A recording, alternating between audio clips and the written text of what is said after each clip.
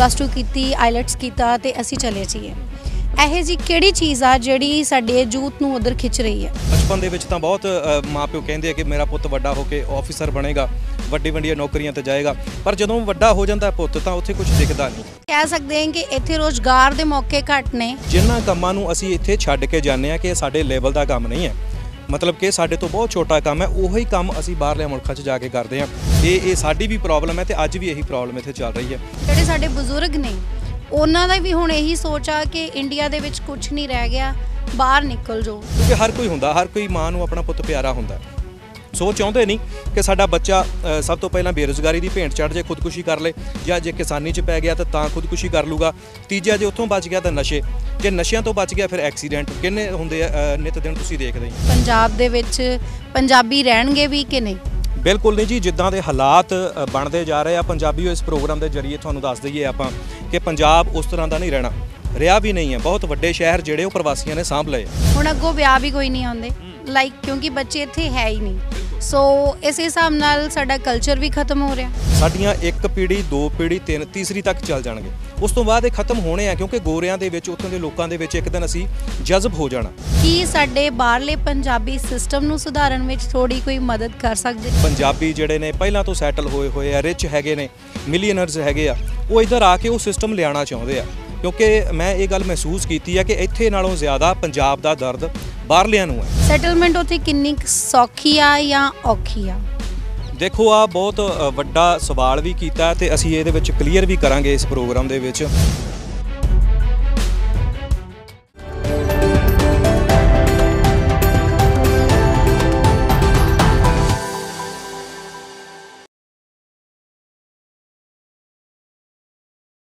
सत श्री अकाल दर्शकों, मैं गुरपिंदर कौर प्राइड पंजाब टीवी ते थोड़ा स्वागत करती हाँ। दर्शकों, जिवें कि तुहानूं पता है कि असी हमेशा कोई ना कोई नवेकला ते समाजिक मुद्दा तुहाडे सामने लैके आउने हाँ, ते अज भी असी इवें दे एक मुद्दे ते गल करन जा रहे हाँ जिस नाल पंजाबियां दा बहुत डूंगा संबंध है। हुण तां सारे भारत विच ही इसदा बहुत ज़्यादा जिहड़ा प्रचार ते प्रसार हो चुका है, पर पंजाब विच खास करके इसकी ज़्यादा अहमियत है। सो अज असी गल करांगे प्रवास करन ते, जिहड़ा असी अपने देश तो दूजे देशों नूं प्रवास कर रहे हाँ। खास करके पंजाबी सारे देश विचों सब तो मोहरी ने दूजे देशों विच प्रवास करन ते अज असी गलबात करांगे इस दे बारे दलजीत सिंह जी नाल, जो कि यूके विच रहिंदे हन ते अजकल पंजाब विच आए हुए हन। असी गल करांगे, इन्हां तो जाणांगे कि उत्थे दी लाइफ ते इत्थे दी लाइफ विच की फर्क है ते की चीज़ है जो साडे पंजाबियां नूं उधर खिच रही है। सत श्री अकाल दलजीत जी। सत श्री अकाल जी, होर सुनाओ, ठीक हो? हाँ जी, वधिया, तुसीं दसो किवें हो? चढ़दी कला जी, बहुत वधिया। जिवें तुसीं काफ़ी देर बाद पंजाब आए हो, किवें दा लग रहा पंजाब? वधिया लग रहा जी, ਜਦੋਂ ਕਾਫੀ ਲੰਬੇ ਸਮੇਂ ਤੋਂ ਬਾਅਦ ਤੁਸੀਂ ਆਪਣੀ ਜਨਮ ਭੂਮੀ ਦੇ ਉੱਤੇ ਆਉਂਦੇ ਹੋ। ਵੈਸੇ ਵੀ ਬਾਹਰਲਿਆਂ ਦਾ ਪਿਆਰ ਜਿਹੜਾ ਪੰਜਾਬ ਦੇ ਨਾਲ, ਇਹਦੀ ਧਰਤੀ ਦੇ ਨਾਲ, ਖੁਸ਼ਬੂ ਦੇ ਨਾਲ ਬਹੁਤ ਹੁੰਦਾ, ਸੋ ਇਸੇ ਤਰ੍ਹਾਂ ਬਹੁਤ ਵਧੀਆ ਲੱਗ ਰਿਹਾ। ठीक है जी, सानू भी बहुत वधिया लग रहा है कि साडे प्रवासी पंजाबी पंजाब विच आउंदे ने, मिलदे ने, वधिया लगदा है। अच्छा जी, तुसीं सानू ਇਹ दसो कि जिवें हुण दी जिहड़ी नौजवान पीढ़ी आ ਉਹ ਬਾਹਰ ਬਹੁਤ ਜਾਣਾ ਚਾਹੁੰਦੀ ਆ, ਲਾਈਕ ਕੋਈ ਵੀ ਇੱਥੇ ਰਹਿਣਾ ਨਹੀਂ ਚਾਹੁੰਦਾ। +2 ਤੋਂ ਬਾਅਦ ਚਾਹੁੰਦੇ ਨੇ ਕਿ ਅਸੀਂ ਬਸ +2 ਕੀਤੀ, ਆਈਲੈਟਸ ਕੀਤਾ ਤੇ ਅਸੀਂ ਚਲੇ ਜਾਈਏ। ਇਹੋ ਜੀ ਕਿਹੜੀ ਚੀਜ਼ ਆ ਜਿਹੜੀ ਸਾਡੇ ਯੂਥ ਨੂੰ ਉਧਰ ਖਿੱਚ ਰਹੀ ਹੈ? ਦੇਖੋ ਗੁਰਪਿੰਦਰ, ਇਹਦੇ ਵਿੱਚ ਸਭ ਤੋਂ ਪਹਿਲਾਂ ਤੇ ਆਪਣੇ ਉੱਤੇ ਆਪਾਂ ਗੱਲ ਲੈਂਦੇ ਹਾਂ ਕਿ ਜਦੋਂ ਅਸੀਂ ਪੰਜਾਬ ਰਹਿੰਦੇ ਹੁੰਦੇ ਸੀ, ਸਾਡੀ ਵੀ ਉਹੀ ਮਨੋਦਸ਼ਾ ਸੀ, ਕਿਉਂਕਿ ਸਾਨੂੰ ਦਿਖਦਾ ਕੁਛ ਨਹੀਂ ਸੀਗਾ ਕਿ ਵਧਣਾ ਕਿੱਧਰ ਨੂੰ ਹੈ। ਆ ਜਾ ਕੇ ਆਪਾਂ ਪਿੰਡ ਤੋਂ ਸ਼ਹਿਰ ਤੋਂ ਕਿਸੇ ਵੱਡੇ ਸ਼ਹਿਰ, ਉਸ ਤੋਂ ਬਾਅਦ ਆਪਣੇ ਘਰ ਵਾਪਸ ਆ ਜਾਂਦੇ ਸੀ। ਕੁਛ ਨਹੀਂ ਸੀ ਦਿਸਦਾ ਕਿ ਕਿਸ ਕਾਰੋਬਾਰ 'ਚ ਜਾਣਾ ਹੈ, ਕਿਹੜਾ ਬਿਜ਼ਨਸ। ਬਚਪਨ ਦੇ ਵਿੱਚ ਤਾਂ ਬਹੁਤ ਮਾਪਿਓ ਕਹਿੰਦੇ ਆ ਕਿ ਮੇਰਾ ਪੁੱਤ ਵੱਡਾ ਹੋ ਕੇ ਆਫੀਸਰ ਬਣੇਗਾ, ਵੱਡੀ ਵੱਡੀਆਂ ਨੌਕਰੀਆਂ ਤੇ ਜਾਏਗਾ, ਪਰ ਜਦੋਂ ਵੱਡਾ ਹੋ ਜਾਂਦਾ ਪੁੱਤ ਤਾਂ ਉੱਥੇ ਕੁਝ ਦਿਖਦਾ ਨਹੀਂ, मतलब कि कुछ नहीं है करन नूं। छोटे मतलब असीं कह सकते हैं कि इत्थे रोजगार दे मौके घट ने, एम्प्लॉयमेंट घट है, जिस करके यूथ बाहर जा रहा है। ਇਹਦੇ ਵਿੱਚ ਦੂਸਰਾ ਕਾਰਨ ਇਹ ਵੀ ਹੈਗਾ ਕਿ ਸਾਡੇ ਜਿਹੜੇ ਲੋਕ ਪੰਜਾਬੀ ਨੌਜਵਾਨ ਨੇ ਉਹ ਛੋਟੇ ਕੰਮ ਕਰਕੇ ਰਾਜੀ ਵੀ ਨਹੀਂ ਹੈਗੇ। ਇਹ ਸਾਡੀ ਵੀ ਪ੍ਰੋਬਲਮ ਹੈ ਤੇ ਅੱਜ ਵੀ ਇਹੀ ਪ੍ਰੋਬਲਮ ਇੱਥੇ ਚੱਲ ਰਹੀ ਹੈ। ਆਪਾਂ ਦੇਖੀਏ ਯੂਪੀ ਬਿਹਾਰ ਤੋਂ ਆ ਕੇ ਇੱਥੇ ਲੋਕ ਬਹੁਤ ਪੈਸਾ ਕਮਾ ਰਹੇ ਆ, ਜਿਵੇਂ ਆਪਾਂ ਪ੍ਰਵਾਸੀ ਮਜ਼ਦੂਰਾਂ ਦੀ ਗੱਲ ਕਰਦੇ ਹਾਂ, ਪਰ ਸਾਡੇ ਜਿਹੜੇ ਬੱਚੇ ਨੇ ਉਹ ਇੱਥੇ ਕੰਮ ਕਰਨਾ ਨਹੀਂ ਚਾਹੁੰਦੇ, ਉਹ ਬਾਹਰ ਜਾਣਾ ਚਾਹੁੰਦੇ ਆ। ਕਿਤੇ ਨਾ ਕਿਤੇ ਸਿਸਟਮ ਦੀ ਘਾਟ, ਬੇਰੁਜ਼ਗਾਰੀ ਵੀ ਗੱਲ ਹੈ। ਉਸ ਤੋਂ ਬਾਅਦ ਸਾਡਾ ਮਾਈਂਡ ਸੈਟ ਇਦਾਂ ਦਾ ਹੋ ਗਿਆ ਨੌਜਵਾਨੀ ਦਾ ਕਿ ਅਸੀਂ ਇੱਥੇ ਰਹਿਣਾ ਨਹੀਂ ਚਾਹੁੰਦੇ। ਮੀਨਸ ਆਪਾਂ ਕਹਿ ਸਕਦੇ ਕਿ ਡਿਗਨਿਟੀ ਆਫ ਵਰਕ ਜਿਹੜੀ ਪੰਜਾਬ ਦੇ ਵਿੱਚ ਉਹਨੂੰ ਬੱਚੇ ਸਮਝਦੇ ਨਹੀਂ ਹੈ। ਬਿਲਕੁਲ ਬਿਲਕੁਲ। ਔਰ ਉੱਥੇ ਜਾ ਕੇ ਕਿਵੇਂ ਦੇ ਕੰਮ ਕਰਦੇ ਨੇ? ਕੰਮ ਤਾਂ ਉੱਥੇ ਜੀ ਇੱਥੇ ਨਾਲੋਂ ਵੀ ਬੁਰੇ, ਜਿਨ੍ਹਾਂ ਨੂੰ ਉੱਥੇ ਹੱਥ ਅਸੀਂ ਨਹੀਂ ਪਾਉਣਾ ਚਾਹੁੰਦੇ ਉਹਦੇ ਨਾਲੋਂ ਵੀ ਆਪਾਂ ਛੋਟੇ ਕੰਮ ਕਰਦੇ ਹਾਂ। ਖੈਰ ਕੰਮ ਛੋਟੇ ਵੱਡੇ ਨਹੀਂ ਹੁੰਦੇ, ਪਰ ਜਿਨ੍ਹਾਂ ਕੰਮਾਂ ਨੂੰ ਅਸੀਂ ਇੱਥੇ ਛੱਡ ਕੇ ਜਾਂਦੇ ਹਾਂ ਕਿ ਇਹ ਸਾਡੇ ਲੈਵਲ ਦਾ ਕੰਮ ਨਹੀਂ ਹੈ, ਮਤਲਬ ਕਿ ਸਾਡੇ ਤੋਂ ਬਹੁਤ ਛੋਟਾ ਕੰਮ ਹੈ, ਉਹੀ ਕੰਮ ਅਸੀਂ ਬਾਹਰਲੇ ਮੁਲਕਾਂ 'ਚ ਜਾ ਕੇ ਕਰਦੇ ਹਾਂ। ਜਿਵੇਂ ਰੈਸਟੋਰੈਂਟ ਦੇ ਵਿੱਚ ਭਾਂਡੇ ਮਾਂਜਣੇ, ਕੰਸਟਰਕਸ਼ਨ ਦਾ ਕੰਮ ਕਰਨਾ, ਯਾਨੀ ਕਿ ਦਿਹਾੜੀਆਂ ਲਾਉਣੀਆਂ ਆਪਣੇ ਮਿਸਤਰੀਆਂ ਦੇ ਨਾਲ। ਸੋ ਉਸ ਤੋਂ ਬਾਅਦ ਇਸੇ ਤਰ੍ਹਾਂ ਦੇ ਹੋਰ ਬਹੁਤ ਕੰਮ ਹੈਗੇ ਆ, ਖੇਤਾਂ ਦੇ ਵਿੱਚ ਕੰਮ ਕਰਨੇ, ਫਲ ਤੋੜਨੇ, ਸਬਜ਼ੀਆਂ ਤੋੜਦੀਆਂ, ਜਾਂ ਫਿਰ ਹੋਰ ਜਿਹੜੇ ਵੀ ਕੰਮ ਹੁੰਦੇ ਆ। ਬਹੁਤ ਸਾਰੇ ਐਸੇ ਕੰਮ ਨੇ ਜਿਹੜੇ ਅਸੀਂ ਇੱਥੇ ਨਹੀਂ ਕਰਦੇ ਪਰ ਬਾਹਰ ਜਾ ਕੇ ਕਰਦੇ ਹਾਂ। ਕੀ ਕਹਿ ਸਕਦੇ ਹਾਂ ਕਿ ਇਵੇਂ ਦੇ ਜਿਵੇਂ ਡੇਲੀ ਵੇਜਸ ਦੇ ਕੰਮ ਇੱਥੇ ਬੱਚੇ ਕਰਕੇ ਨਹੀਂ ਖੁਸ਼ ਹੈਗੇ ਪਰ ਉੱਥੇ ਜਾ ਕੇ ਕਰਦੇ ਨੇ, ਉਹ ਕਰਨ ਦਾ ਰੀਜ਼ਨ ਕੀ ਹੋ ਸਕਦਾ ਹੈ? ਕਿ ਸੋਚ ਦਾ ਫਰਕ ਹੈ ਜਾਂ ਫਿਰ ਪੈਸੇ ਦਾ? ਦੇਖੋ, ਸਭ ਤੋਂ ਪਹਿਲਾਂ ਤੇ ਤੁਹਾਨੂੰ ਪੈਸੇ ਦਾ ਫਰਕ ਆਪਾਂ ਕਹਿ ਸਕਦੇ ਹਾਂ। ਉੱਥੇ ਜੇਕਰ ਤੁਸੀਂ 8 ਘੰਟੇ ਕੰਮ ਕਰਦੇ ਹੋ ਤਾਂ ਤੁਹਾਨੂੰ ਉਹਦਾ ਮਾਣ ਸਤਿਕਾਰ, ਯਾਨੀ ਕਿ ਉਹਦਾ ਨਤੀਜਾ ਸ਼ਾਮ ਨੂੰ ਉਸ ਵੇਲੇ ਮਿਲਦਾ ਜਦੋਂ ਤੁਹਾਨੂੰ 80 ਤੋਂ 100 ਪਾਉਂਡ ਤੱਕ ਦਿਹਾੜੀ ਦਿੱਤੀ ਜਾਂਦੀ ਹੈ। ਜੇ ਆਪਾਂ ਉਹ ਇੰਡੀਆ ਦੀ ਕਰੰਸੀ ਦੇ ਨਾਲ ਕੰਪੇਅਰ ਕਰੀਏ ਤਾਂ 10,000 ਰੁਪਈਆ ਬਣਦਾ, ਮਤਲਬ ਇੱਕ ਦਿਹਾੜੀ ਦਾ 10,000 ਰੁਪਈਆ ਅਸੀਂ ਉੱਥੇ ਕਮਾ ਸਕਦੇ ਹਾਂ।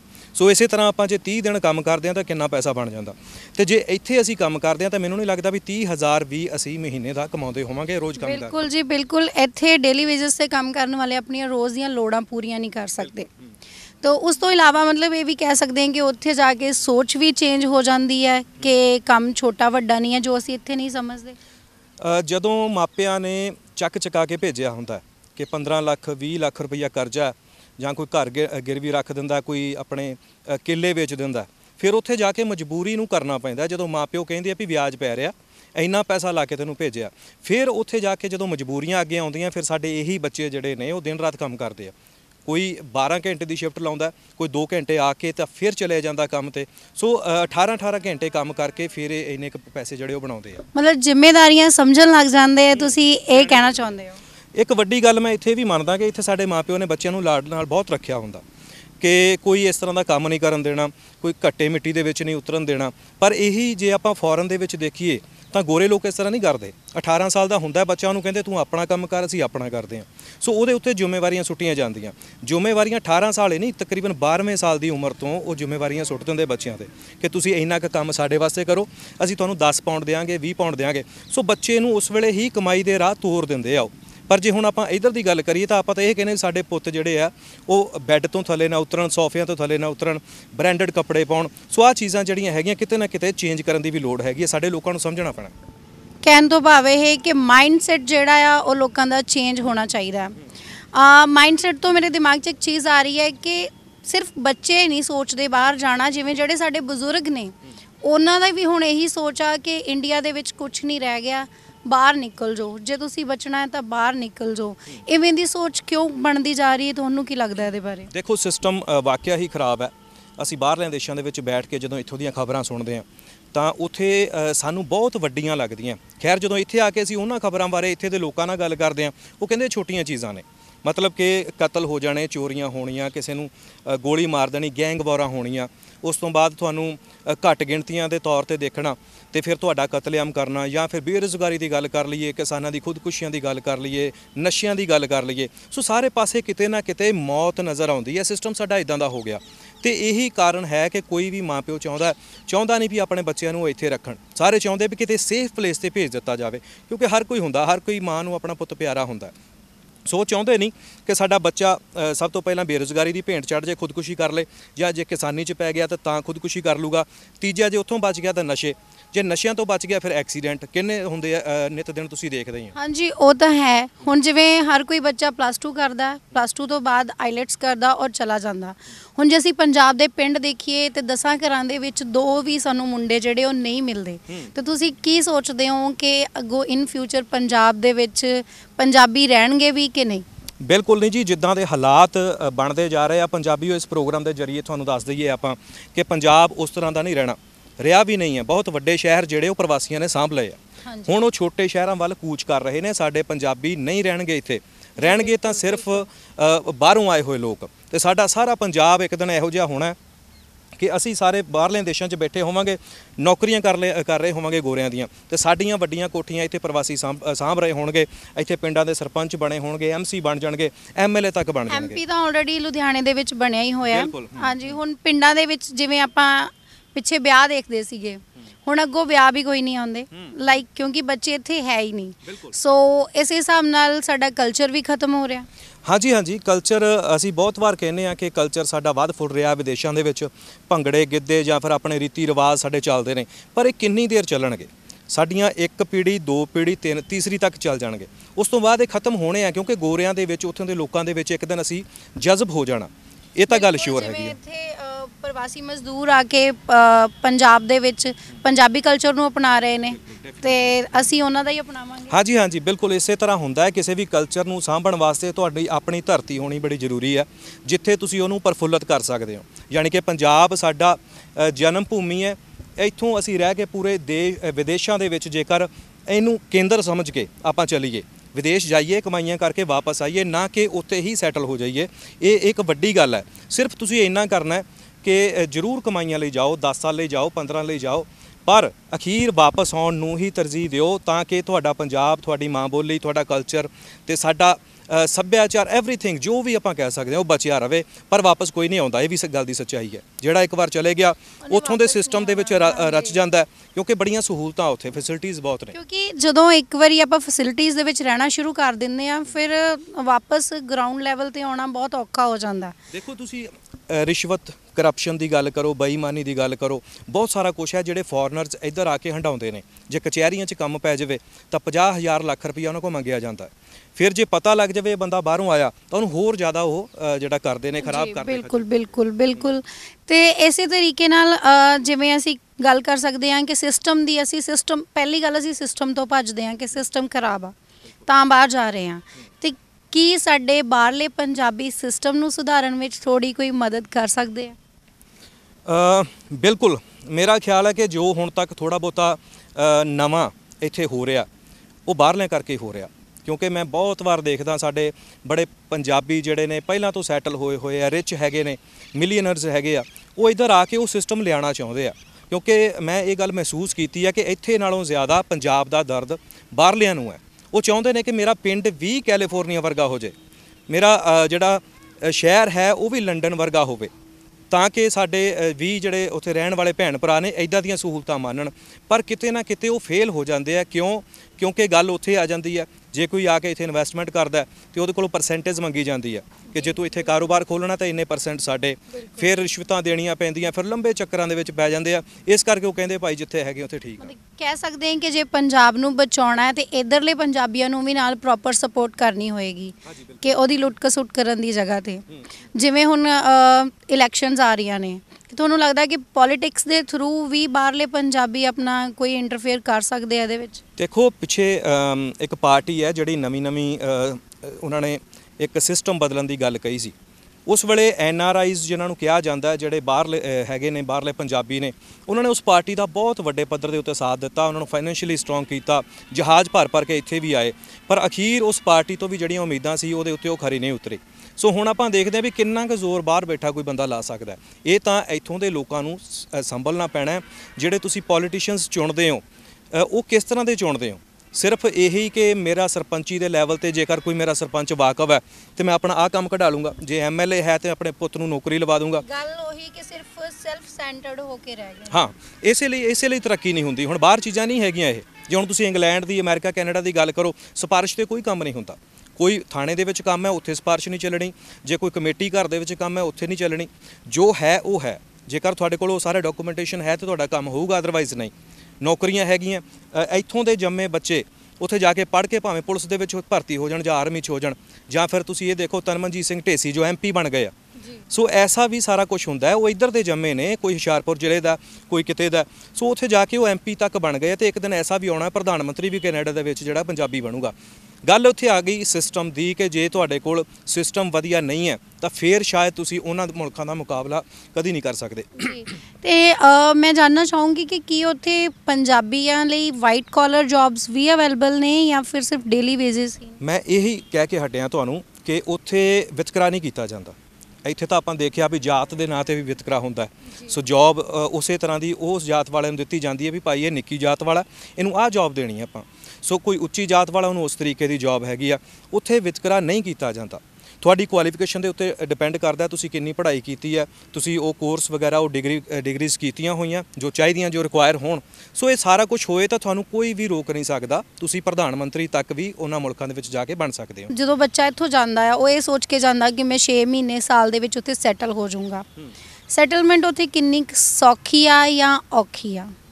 ਦੇਖੋ, ਆ ਬਹੁਤ ਵੱਡਾ ਸਵਾਲ ਵੀ ਕੀਤਾ ਤੇ ਅਸੀਂ ਇਹਦੇ ਵਿੱਚ ਕਲੀਅਰ ਵੀ ਕਰਾਂਗੇ ਇਸ ਪ੍ਰੋਗਰਾਮ ਦੇ ਵਿੱਚ ਕਿ ਸੋਚ ਕੇ ਸਾਡੇ ਬੱਚੇ ਇਹੀ ਜਾਂਦੇ ਆ ਜੋ ਕਿ ਅੱਜ ਫਿਲਮਾਂ ਦੇ ਵਿੱਚ ਗਾਣਿਆਂ ਦੇ ਵਿੱਚ ਦੇਖਦੇ ਆ ਕਿ ਫਲਾਣੇ ਕੋਲ ਫਲਾਨੀ ਕਾਰ ਹੈ, ਫਲਾਨਾ ਜਿਹੜਾ ਹੈ ਉਹ ਆਈਫੋਨ 13 ਜਿਹੜਾ ਹੈ ਪ੍ਰੋ ਵਰਤਦਾ, ਜਾਂ ਫਿਰ ਉਹਦੇ ਕੋਲ ਸ਼ੂਜ਼ ਜਿਹੜੇ ਹੈਗੇ ਉਹ ਬ੍ਰਾਂਡਡ ਹੁੰਦੇ ਨੇ, ਤੇ ਉਹ ਜੈਕਟਾਂ ਪਾਉਂਦਾ, ਜੀਨਾਂ ਪਾਉਂਦਾ, ਉਹ ਵੀ ਮਹਿੰਗੀਆਂ ਬ੍ਰਾਂਡਡ ਹੁੰਦੀਆਂ, ਐਨਕਾਂ ਵੀ ਬ੍ਰਾਂਡਡ ਹੁੰਦੀਆਂ। ਪਰ ਇੱਥੇ ਇਹ ਗੱਲਾਂ ਜਿਹੜੀਆਂ ਕਲੀਅਰ ਸਾਨੂੰ ਕਰਨੀਆਂ ਬਣਦੀਆਂ ਵੀ ਇਹ ਇੰਨਾ ਸੁਖਾਲਾ ਨਹੀਂ ਹੈਗਾ। ਸੋ ਘੱਟੋ ਘੱਟ ਤੁਸੀਂ 6 ਮਹੀਨਿਆਂ ਦੀ ਗੱਲ ਕਹੀ ਆ, ਮੈਂ ਕਹਿੰਦਾ ਕਿ 5 ਸਾਲ ਤੱਕ ਵੀ ਤੁਸੀਂ ਇਸ ਮੁਕਾਮ ਤੇ ਪਹੁੰਚ ਜਾਓ ਤਾਂ ਤੁਹਾਡੀ ਬਹਾਦਰੀ ਹੈ। ਦਿਨ ਰਾਤ ਇੱਕ ਕਰਨਾ ਪੈਂਦਾ, ਪੈਂਟ ਇੱਕ ਹੁੰਦੀ ਹੈ, ਸ਼ਰਟ ਇੱਕ ਹੁੰਦੀ ਹੈ, ਉਹ ਪਾ ਕੇ ਤੁਹਾਨੂੰ 2-2 4-4 ਮਹੀਨੇ ਵੀ ਕੱਢਣੇ ਪੈਂਦੇ ਆ। ਠੀਕ ਹੈ ਜੀ। ਫਿਰ ਕੋਈ ਹੋਰ ਤੁਹਾਡਾ ਐਕਸਟਰਾ ਖਰਚਾ ਤੁਸੀਂ ਨਹੀਂ ਕਰ ਸਕਦੇ, ਇੰਨਾ ਤੁਹਾਨੂੰ ਹੱਥ ਘੁੱਟ ਕੇ ਚੱਲਣਾ ਪੈਂਦਾ, ਬਿੱਲ ਦੇਣੇ ਹੁੰਦੇ ਆ। ਸੋ ਘਰ ਦਾ ਰੈਂਟ ਹੁੰਦਾ, ਕਈ ਵਾਰ ਐਸੇ ਵੀ ਵਕਤ ਆ ਜਾਂਦੇ ਆ ਤੁਹਾਡੇ ਕੋਲ ਘਰ ਦਾ ਰੈਂਟ ਦੇਣ ਨੂੰ ਪੈਸੇ ਨਹੀਂ ਹੁੰਦੇ ਤਾਂ ਤੁਹਾਨੂੰ ਘਰੋਂ ਜਵਾਬ ਮਿਲ ਜਾਂਦਾ, ਰਾਤਾਂ ਬਾਹਰ ਵੀ ਕੱਟਣੀਆਂ ਪੈਂਦੀਆਂ, ਮੇਰੇ ਨਾਲ ਆਪ ਹੋਇਆ ਇਸ ਤਰ੍ਹਾਂ। ਸੋ ਇਸ ਤਰ੍ਹਾਂ ਦੇ ਵੀ ਮੁਕਾਮ ਜਿਹੜੇ ਉੱਥੇ ਤੁਸੀਂ ਦੇਖਦੇ ਹੋ, 5 ਸਾਲ 7 ਸਾਲ 8 ਸਾਲ 10 ਸਾਲ 20 ਲੱਖ ਤੁਹਾਨੂੰ ਲੱਗ ਸਕਦੇ ਆ ਸੈਟਲ ਹੋਣ ਨੂੰ। ਇਹ ਸੋਚ ਕੇ ਘਰੋਂ ਚੱਲਿਓ, ਇਹ ਨਾ ਸੋਚੋ ਵੀ ਜਾਂਦੇ ਆ ਉੱਥੇ ਐਸ਼ ਹੋ ਜਾਣੀ ਆ। ਸੋ ਬਹੁਤ ਜਿਹੜਾ ਔਖਾ ਸਮਾਂ ਤੁਹਾਨੂੰ ਸ਼ੁਰੂ ਦੇ ਵਿੱਚ ਲੰਘਾਉਣਾ ਪੈਂਦਾ। ਤੁਸੀਂ ਸਾਡੇ ਦਰਸ਼ਕਾਂ ਨੂੰ ਇਹ ਦੱਸੋ ਕਿ ਤੁਹਾਨੂੰ ਕਿੰਨਾ ਟਾਈਮ ਹੋ ਗਿਆ ਉੱਥੇ ਗਿਆ ਨੂੰ, ਤੇ ਫਿਲਹਾਲ ਤੁਸੀਂ ਆਪਣੇ ਆਪ ਨੂੰ ਕਿੱਥੇ ਖੜਾ ਦੇਖਦੇ ਹੋ? ਤਕਰੀਬਨ ਮੈਨੂੰ 16 ਕੁ ਸਾਲ ਹੋ ਗਏ, ਤੇ 16 ਸਾਲਾਂ ਦੇ ਵਿੱਚ ਦੇਖਿਆ ਜਾਵੇ ਤਾਂ ਬੜੀਆਂ ਸਟੇਜਸ ਆਉਂਦੀਆਂ, ਜਿਵੇਂ ਮੈਂ ਹੁਣੇ ਦੱਸ ਕੇ ਹਟਿਆ। ਬਹੁਤ ਲੰਬਾ ਸੰਘਰਸ਼ ਸੀਗਾ, ਸਟਰਗਲ ਸੀ, ਹਾਰਡ ਵਰਕ ਸੀ। ਚਲੋ ਹੁਣ ਜਾ ਕੇ ਉਸ ਪਰਮਾਤਮਾ ਦੀ ਕਿਰਪਾ ਦੇ ਨਾਲ ਸਭ ਕੁਝ ਠੀਕ ਹੈਗਾ। ਸੋ ਅਸੀਂ ਵੀ ਇਹੀ ਚਾਹੁੰਦੇ ਹਾਂ ਵੀ ਜੇਕਰ ਸਾਡੇ ਹੋਰ ਵੀ ਭਰਾ ਭੈਣਾਂ ਜਿਹੜੇ ਆ ਰਹੇ ਨੇ ਬਾਹਰ ਜਾਂ ਫਿਰ ਸੋਚ ਰਹੇ ਨੇ ਆਉਣ ਦਾ, ਆਹ ਚੀਜ਼ਾਂ ਪਹਿਲਾਂ ਸੋਚ ਕੇ ਫਿਰ ਚੱਲਣਗੇ। ਇਹ ਨਹੀਂ ਕੋਈ ਜਾਂਦਿਆਂ ਉੱਥੇ ਬੈਠਾ, ਜਾਂਦਿਆਂ ਨੂੰ ਤੁਹਾਨੂੰ ਗਰਮ ਰੋਟੀ ਜਿਹੜੀ ਹੈ ਕੋਈ ਤੁਹਾਡੇ ਮੂੰਹ ਦੇ ਵਿੱਚ ਪਾਏਗਾ, ਇਸ ਤਰ੍ਹਾਂ ਨਹੀਂ ਹੋਣਾ। ਮੈਂ ਕਹਿ ਸਕਦੇ ਕਿ ਜਿਵੇਂ ਪੰਜਾਬ ਦੇ ਵਿੱਚ ਸਾਡੇ ਮੁੰਡੇ ਜਿਹੜੇ ਨੇ, ਖਾਸ ਕਰਕੇ ਨੌਜਵਾਨ ਮੁੰਡੇ ਕਿ ਗਿੱਜੇ ਹੋਏ ਆ, ਉੱਠਦੇ ਖਾਣ ਨੂੰ ਮਿਲ ਗਿਆ, ਵਧੀਆ ਪਾਉਣ ਨੂੰ ਮਿਲ ਗਿਆ, ਕਿ ਐਦਾਂ ਦਾ ਕੁਝ ਨਹੀਂ ਹੋਏਗਾ, ਦਿਨ ਰਾਤ ਮਿਹਨਤ ਕਰਨੀ ਪਏਗੀ। ਬਿਲਕੁਲ ਬਿਲਕੁਲ, ਮਿਹਨਤ ਬਹੁਤ ਜ਼ਿਆਦਾ ਹੈਗੀ। ਆਪਾਂ ਡਰਾਉਂਦੇ ਨਹੀਂ, ਮਿਹਨਤ ਤਾਂ ਕਰਨੀ ਬਣਦੀ ਹੈ। ਅਸੀਂ ਇੱਥੇ ਕਰਦੇ ਨਹੀਂ, ਗੱਲ ਵੱਖਰੀ ਹੈ। ਮਿਹਨਤ ਤਾਂ ਸਾਨੂੰ ਗੁਰਬਾਣੀ ਵੀ ਕਹਿੰਦੀ ਹੈ, ਸਾਨੂੰ ਪਰਮਾਤਮਾ ਦਾ ਇੱਕ ਉਪਦੇਸ਼ ਵੀ ਕਹਿ ਲਈਏ ਹੈਗਾ ਕਿ ਮਿਹਨਤ ਤੋਂ ਬਿਨਾਂ ਤੁਸੀਂ ਹੈ ਹੀ ਕੁਛ ਨਹੀਂ। ਜਿਹੜੇ ਲੋਕ ਮਿਹਨਤ ਨਹੀਂ ਕਰਦੇ ਉਹ ਬਿਮਾਰੀਆਂ ਦੇ ਵਿੱਚ ਚਲੇ ਜਾਂਦੇ ਆ, ਉਹ ਉਹਨਾਂ ਨੂੰ ਬਹੁਤ ਬਿਮਾਰੀਆਂ ਹੋ ਜਾਂਦੀਆਂ। ਸੋ ਹਰ ਇੱਕ ਲਈ ਮਿਹਨਤ ਕਰਨਾ ਤੇ ਉਹਦਾ ਫਰਜ਼ ਬਣਦਾ। ਜਿਹੜਾ ਮਿਹਨਤੀ ਨਹੀਂ ਹੈਗਾ ਉਹ ਰੱਬ ਵੱਲੋਂ ਵੀ ਮੈਂ ਕਹਿੰਦਾ ਕਿਤੇ ਨਾ ਕਿਤੇ ਚੋਰ ਹੈ। ਸੋ ਮਿਹਨਤ ਕਰਨੀ ਪਊਗੀ। ਜੇਕਰ ਤੁਸੀਂ ਮਿਹਨਤ ਕਰੋਗੇ ਤਾਂ ਤੁਹਾਡਾ ਮੁਕਾਮ ਵੀ ਉਹ ਹੋਊਗਾ ਜਿਹੜਾ ਅੱਜ ਬਾਹਰਲਿਆਂ ਪੰਜਾਬੀਆਂ ਦਾ ਵੀ ਹੈ, ਜਿਹੜੇ ਅੱਜ ਮਿਲੀਅਨਰਸ ਬਣ ਗਏ, ਜਿਨ੍ਹਾਂ ਕੋਲ ਵੱਡੀਆਂ ਕਾਰਾਂ ਹੈਗੀਆਂ, ਉਹ ਸਾਰਾ ਕੁਝ ਪਾ ਸਕਦੇ ਹੋ ਪਰ ਮਿਹਨਤ ਦੇ ਨਾਲ। ਦਲਜੀਤ, ਇਹ ਦੱਸੋ ਕਿ ਜਿਵੇਂ ਸਾਡੇ ਇੱਥੇ ਦੇ ਤਿਉਹਾਰ ਬਹੁਤ ਮਨਾਏ ਜਾਂਦੇ ਆ ਤੇ ਮਤਲਬ ਬਹੁਤ ਵਧੀਆ ਲੱਗਦਾ, ਆਏ ਦਿਨ ਕੋਈ ਨਾ ਕੋਈ ਤਿਉਹਾਰ ਰਹਿੰਦਾ। ਇੰਗਲੈਂਡ ਦੇ ਵਿੱਚ ਕਿਵੇਂ ਦਾ ਕਲਚਰ ਆ ਤੇ ਕਿਵੇਂ ਤਿਉਹਾਰ ਜਿਹੜੇ ਉਹ ਸੈਲੀਬ੍ਰੇਟ ਕੀਤੇ ਜਾਂਦੇ? ਦੇਖੋ, ਇੰਗਲੈਂਡ ਦੇ ਵਿੱਚ ਬਹੁਤ ਸੋਹਣਾ ਕਲਚਰ ਹੈ। ਜੇ ਕਹੀਏ ਆਪਣੇ ਉੱਥੇ ਦੇ ਜੰਮੇ ਬੱਚੇ ਉਹ ਬਹੁਤ ਇਹਨੂੰ ਪਸੰਦ ਕਰਦੇ ਆ, ਭੰਗੜਾ ਗਿੱਧਾ। ਉੱਥੋਂ ਦੇ ਜੰਮੇ ਬੱਚੇ, ਉਸ ਤੋਂ ਬਾਅਦ ਵਿਆਹਾਂ ਦੇ ਉੱਤੇ ਸਾਰਾ ਕੁਝ ਹੁੰਦਾ ਹੈ, ਜਿਵੇਂ ਜਾਗੋ ਨਿਕਲਦੀ ਹੈ। ਸੋ ਉਸ ਤੋਂ ਬਾਅਦ ਮਾਈਆਂ ਜਾਂ ਹੋਰ ਜੋ ਵੀ ਰਸਮਾਂ ਹੁੰਦੀਆਂ ਉਹ ਸਾਰੀਆਂ ਕੀਤੀਆਂ ਜਾਂਦੀਆਂ। ਤੇ ਅੱਜ ਕੱਲ੍ਹ ਉਹਨੂੰ ਮੈਂ ਇਹ ਕਹਾਂਗਾ ਕਿ ਪੰਜਾਬ 'ਚੋਂ ਚੀਜ਼ਾਂ ਘਟ ਗਈਆਂ। ਫੋਰਨਸ ਦੇ ਵਿੱਚ ਜਿੱਥੇ ਵੀ ਆਪਾਂ ਕਹਿ ਲਈਏ, ਕੈਨੇਡਾ ਹੋ ਗਿਆ, ਅਮਰੀਕਾ, ਨਿਊਜ਼ੀਲੈਂਡ, ਆਸਟ੍ਰੇਲੀਆ ਜਾਂ ਫਿਰ ਇੰਗਲੈਂਡ, ਉੱਥੇ ਬਹੁਤ ਜ਼ਿਆਦਾ ਚੀਜ਼ਾਂ ਲੋਕ ਪਸੰਦ ਕਰਦੇ ਨੇ। ਇੱਕ ਤਾਂ ਬਗਾਨੀ ਧਰਤੀ ਦੇ ਉੱਤੇ ਬੈਠੇ ਹੁੰਦੇ ਆ, ਸੋ ਉਹਨਾਂ ਨੂੰ ਇਹ ਹੁੰਦਾ ਕਿ ਅਸੀਂ ਆਪਣੇ ਕਲਚਰ ਨੂੰ ਜਿੰਨਾ ਹੋ ਸਕਦਾ ਉਹ ਪ੍ਰਫੁੱਲਤ ਕਰੀਏ। ਜਿਹੜੀ ਧਰਤੀ ਦੀ ਖਿੱਚ ਆ ਉਹ ਉਹਨਾਂ ਨੂੰ ਖਿੱਚਦੀ ਆ ਤੇ ਉਹ ਆਪਣੇ ਕਲਚਰ ਨੂੰ ਬਚਾਉਣ ਦੀ ਕੋਸ਼ਿਸ਼ ਕਰ ਰਹੇ ਆ, ਤੁਸੀਂ ਇਹ ਕਹਿ ਸਕਦੇ ਆ। ਸੋ ਦਰਸ਼ਕੋ, ਇਹ ਸੀ ਦਲਜੀਤ ਸਿੰਘ ਜੋ ਕਿ ਇੰਗਲੈਂਡ ਵਿੱਚ ਰਹਿ ਰਹੇ ਨੇ, ਜਿਵੇਂ ਉਹਨਾਂ ਦੱਸਿਆ 16 ਸਾਲ ਤੋਂ, ਤੇ ਉਹਨਾਂ ਨੇ ਆਪਣਾ ਐਕਸਪੀਰੀਅੰਸ ਵੀ ਦੱਸਿਆ। ਹੁਣ ਇਹ ਤੁਹਾਡੇ ਤੇ ਹੈ, ਤੁਸੀਂ ਸੋਚਣਾ ਹੈ ਕਿ ਤੁਸੀਂ ਆਪਣਾ ਪੰਜਾਬ ਬਦਲਣਾ ਹੈ, ਸੋਚ ਬਦਲਣੀ ਹੈ ਜਾਂ ਫਿਰ ਪ੍ਰਵਾਸ ਕਰਨਾ ਹੈ। ਧੰਨਵਾਦ। ਤਾਜ਼ਾ ਖਬਰਾਂ ਤੇ ਨਵੀਆਂ ਜਾਣਕਾਰੀ ਭਰਪੂਰ ਵੀਡੀਓਜ਼ ਵੇਖਣ ਲਈ ਸਬਸਕ੍ਰਾਈਬ ਕਰੋ ਸਾਡਾ YouTube channel pride Punjab TV ਤੇ ਸਾਡਾ Facebook page pride Punjab TV ਨੂੰ ਫੋਲੋ ਜ਼ਰੂਰ ਕਰੋ ਤੇ ਨਾਲ ਹੀ ਨਾਲ ਇਸ ਨੂੰ ਲਾਈਕ ਵੀ ਕਰ ਲਵੋ।